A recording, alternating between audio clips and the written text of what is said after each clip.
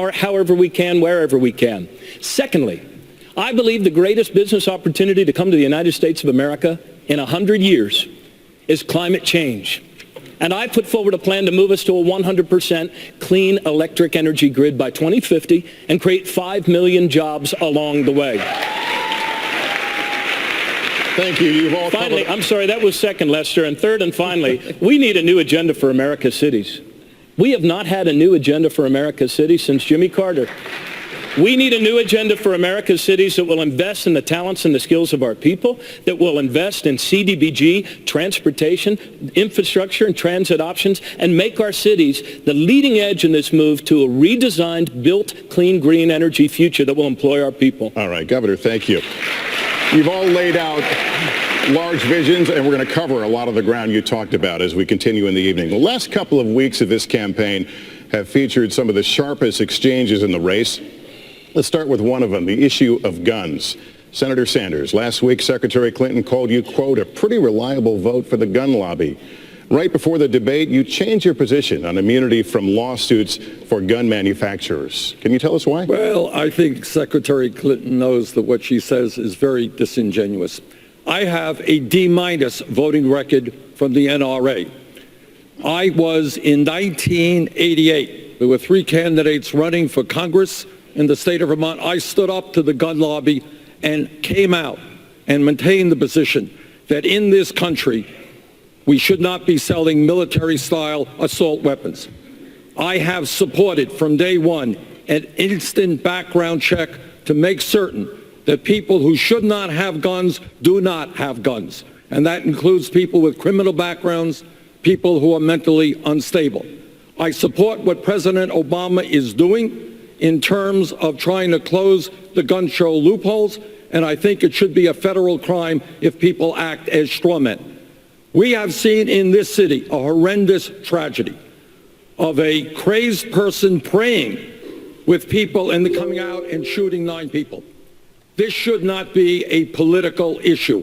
What we should be doing is working together. And by the way, as a senator from a rural state that has virtually no gun control, I believe that I am in an excellent position to bring people together to fight for sensible gun safety legislation. But you didn't answer the question that you did change your position on immunity for gun manufacturers. So can you answer the question? What I have said is that the gun manufacturer's liability bill had some good provisions.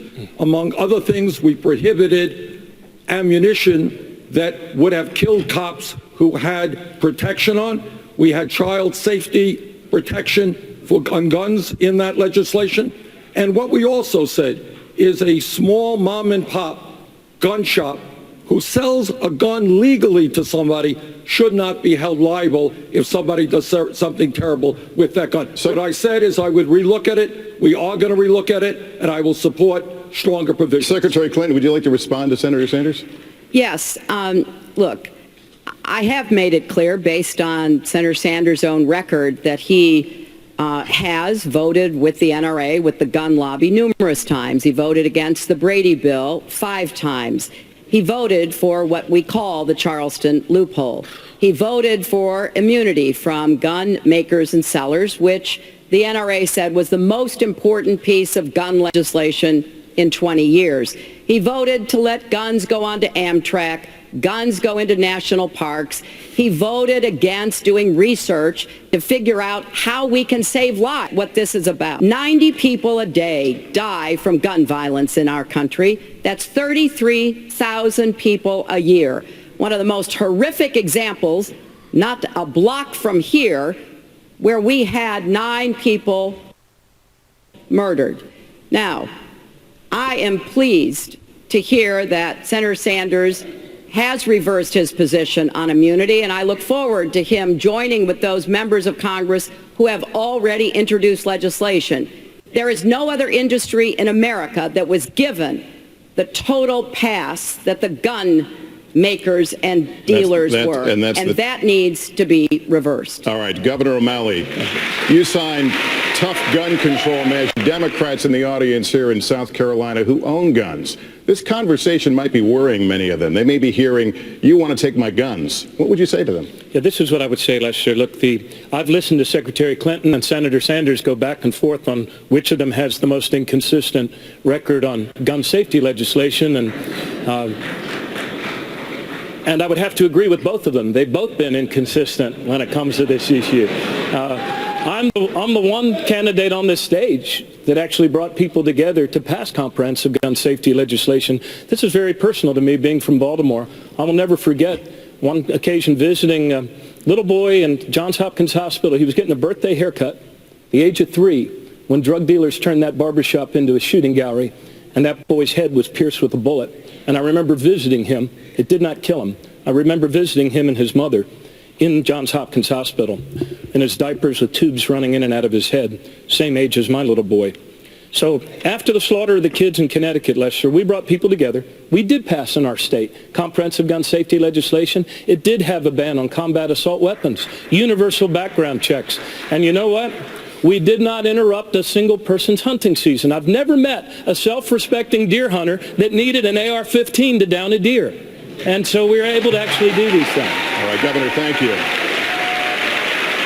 Secretary Clinton, this is a community that has suffered a lot of heartache in the last year. Of course, as you mentioned, the church shootings. We won't forget the video of Walter Scott being shot in the back while running from police. We understand that a jury will decide whether that police officer was justified, but it played straight to the fears of many African-American men that their lives are cheap. Is that perception, or in your view, is it reality? Well, sadly, it's reality. And it has been heartbreaking and incredibly outraging to see the constant stories of young men like Walter Scott, as you said, who have been killed by police officers. There needs to be a concerted effort to address the systemic racism in our criminal justice system. And that requires a very clear agenda for retraining police officers, looking at ways to end racial profiling, finding more ways to really bring the disparities that stalk our country into high relief. 1 out of 3 African American men may well end up going to prison. That's the statistic. I want people here to think what we would be doing if it was 1 out of 3 white men. And very often the black men are arrested, convicted, and incarcerated for offenses that do not lead to the same results for white men. So we have a very serious problem that we can no longer ignore. Your time is up. Senator Sanders, my next question is actually my next question is for you. Let me respond to what the Secretary said. We have a criminal justice system which is broken.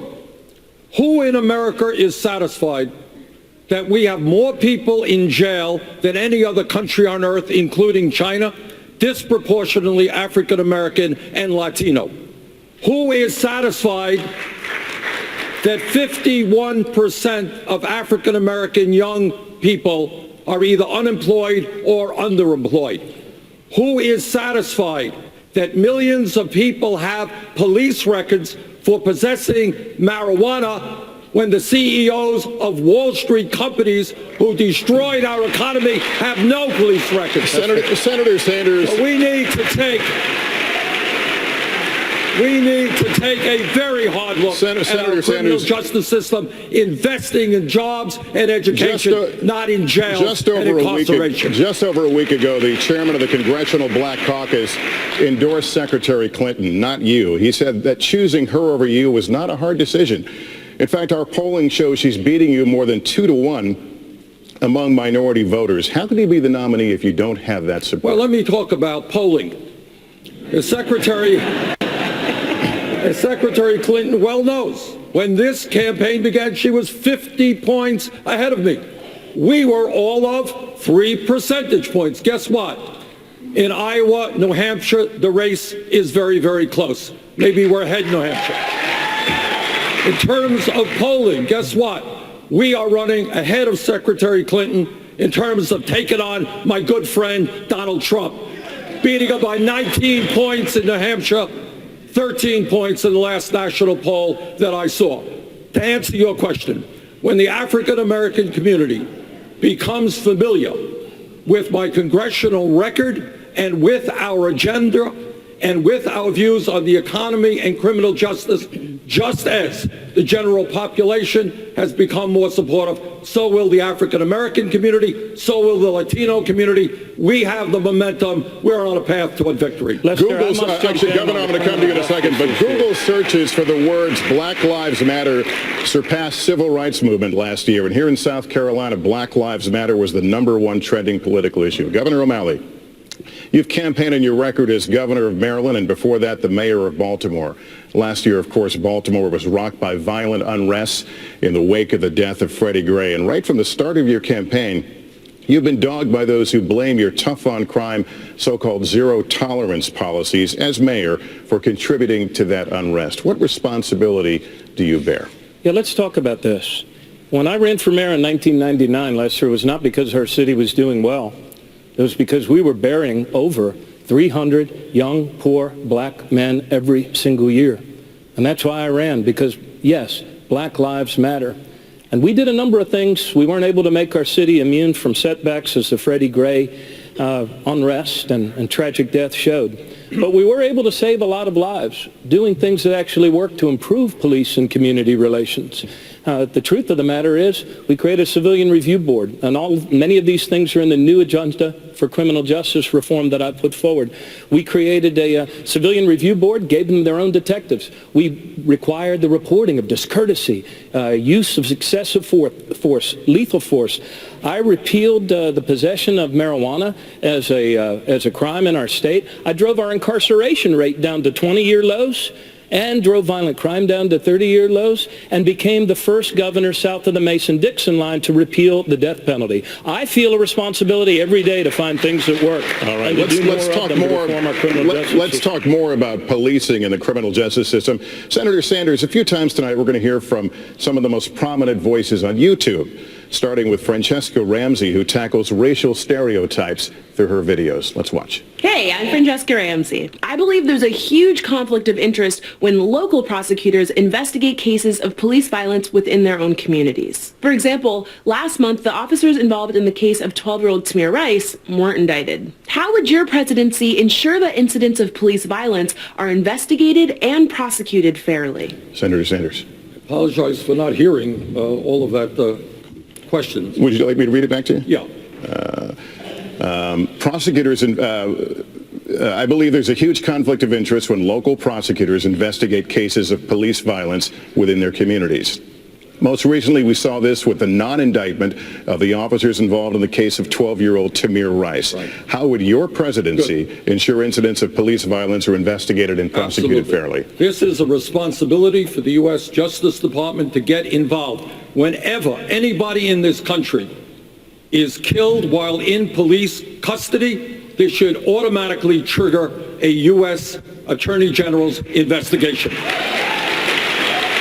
Second of all, and I speak as a mayor who worked very closely and well with police officers, the vast majority of whom are honest, hardworking people trying to do a difficult job. But let us be clear.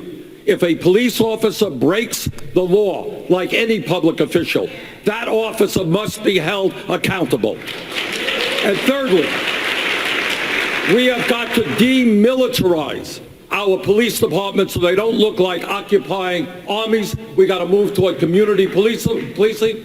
And fourthly, we have got to make our police departments look like the communities they serve in their diversity.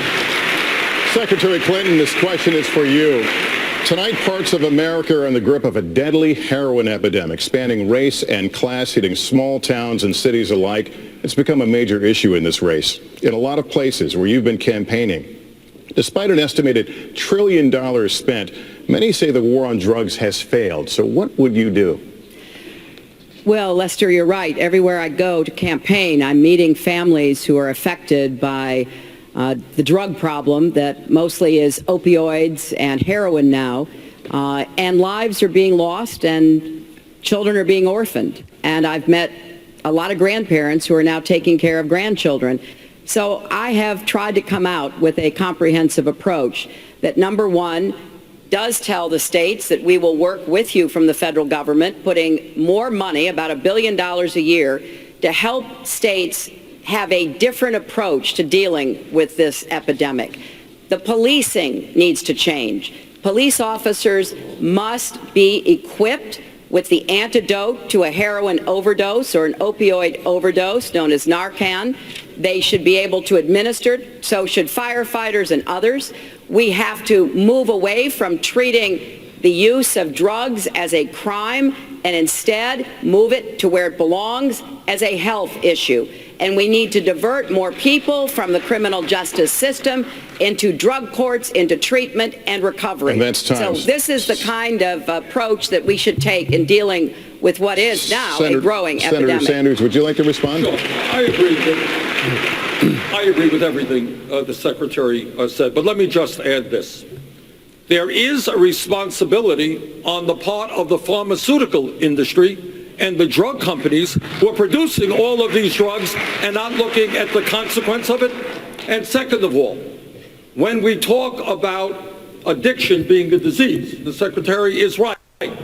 What that means is we need a revolution in this country in terms of mental health treatment. People should be able to get the treatment that they need when they need it, not 2 months from now, which is why I believe in universal health care with mental health. Time. We're going to get into all that coming up, but we're going to take a break. We need to take a break, and when we come back, the anger brewing in America.